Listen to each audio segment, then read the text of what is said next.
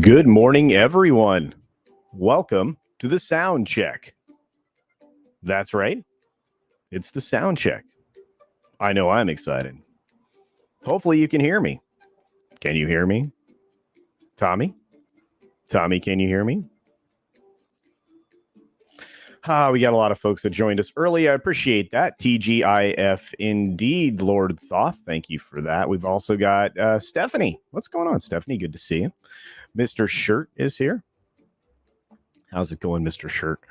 We've got Jay Allman hanging out. Theme Park Casuals in the house. Got One Man Show hanging out here as well. Catsith, that 70s rock fan. Hail there, Judicon. Good to see you, my friend. And Mr. Grant Gregory is staying up in Australia. This must be darn near 2 a.m.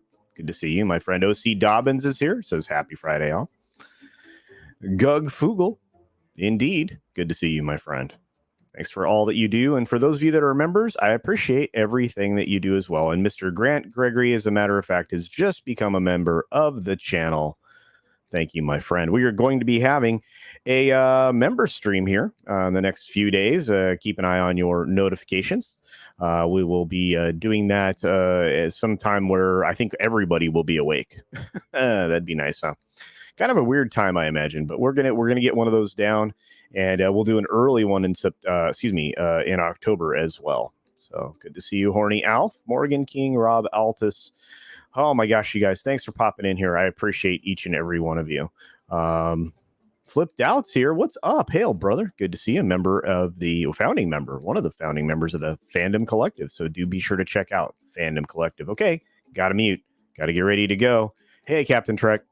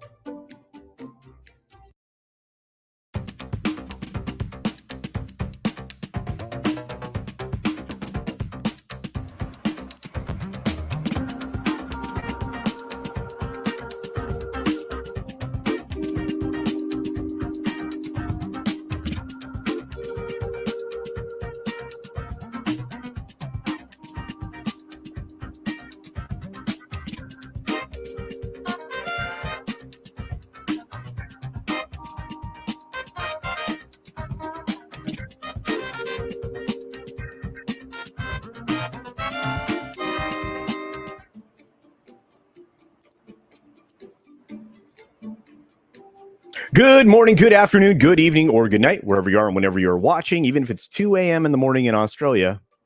Thanks for checking out the 6 Minute Daily. That's right, we have a show for you today that's brief. Try to fit it inside that 6-minute window. But hey, we didn't get all the stories in yesterday. We may not get them all in today, but there's 25 of you here in the chat, so let's go. No Time to Die tickets are gone on sale. First Bond film shot in IMAX 1570 millimeter. First ever to play on a 3D and Screen X and D box formats. Boy, they are just throwing the kitchen sink at this film.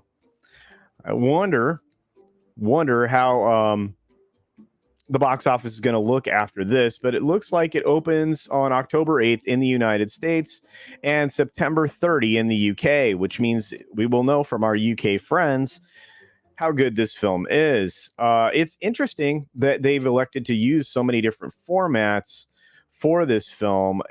This thing has to be ridiculously expensive, so over the top budget-wise that you can't even imagine. I have always wanted this film to be good. I don't expect it to be. I don't think many of us expect it to be. But we'll see. We'll see. From there, this is something we've been talking about since I think Tuesday. HBO Max is slashing its price in half after HBO leaves the Amazon channels. So you no longer subscribe through Amazon to HBO Max. So they're cutting the price in half. I think it's $7.50 right now to get this if you were formerly signed up through Amazon. That's for the first 6 months. And then you go back up to the $14.99 price point tier for the ad-free version.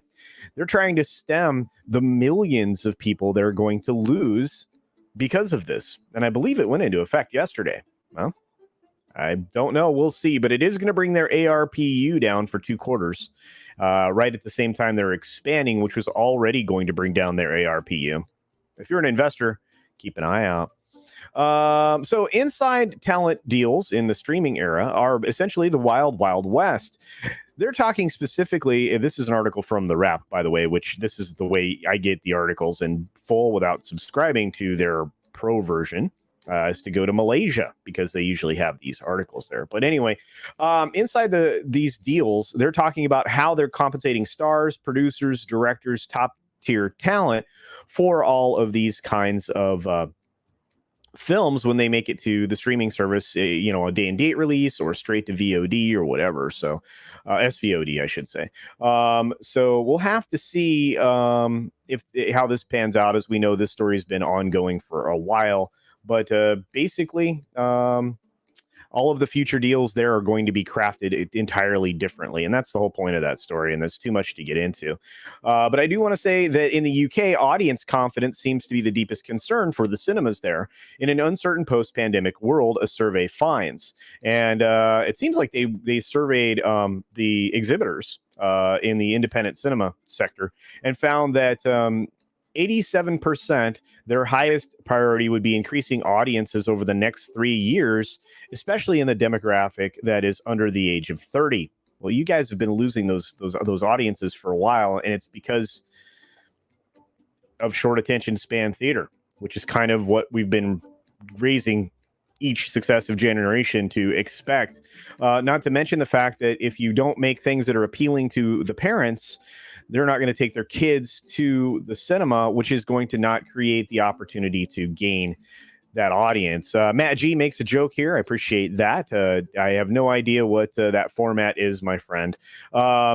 Today was supposed to be my wedding day, but COVID lockdowns put a halt on it, staying up to watch one of my favorite weaved champions. Well, thank you for that, Mr. Grant Gregory. Usually don't have time to read Super Chats. Probably shouldn't have taken the time there, but I appreciate your guys' support. Lionsgate Play, his streaming platform, has launched in Malaysia, and that's kind of a cool thing. It's going to launch for a little under the equivalent of $5 a month, and it's, I guess, fairly popular, but this is a good middle market for growth for all these streaming services. So I look forward to Lionsgate Play, part of their Stars platform, to grow and grow and grow. The Crown, Ted Lasso, and many other things are going to be participating in the Emmy Awards. They've been nominated. The question is, will they win? And of course, this article wants to pump up the Emmys, which nobody's going to watch, even with Cedric the Entertainer running it. Hard Knocks is going to showcase the Colts for the first in-season episodes of the show Hard Knocks. You can find that on HBO, HBO Max, and their streaming platforms around the world. If you want to watch that, it starts mid-November. Prosecutors played R. Kelly tapes as the government case winds down. He didn't bother to put in the earphones to listen to the tapes.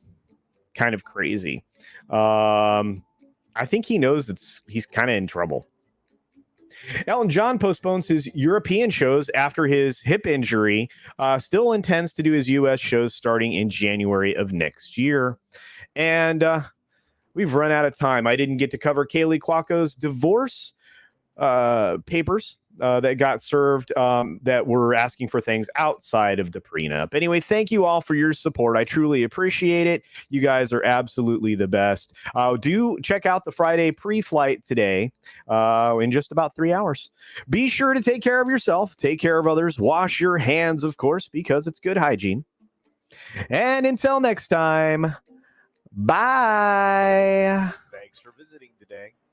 Be sure you're subscribed and hit that for alerts. Yay! Of course, like and share all of the videos that you can, as it helps with the algorithm.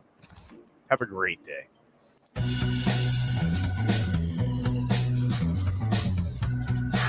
You guys are amazing. Thank you for all the super chats and the support.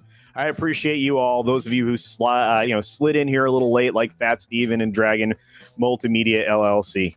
All my subscribers, all my members, thank you so very much. Look forward to seeing you in the next few days in the member stream. Keep an eye on your notifications, guys. Have a great day.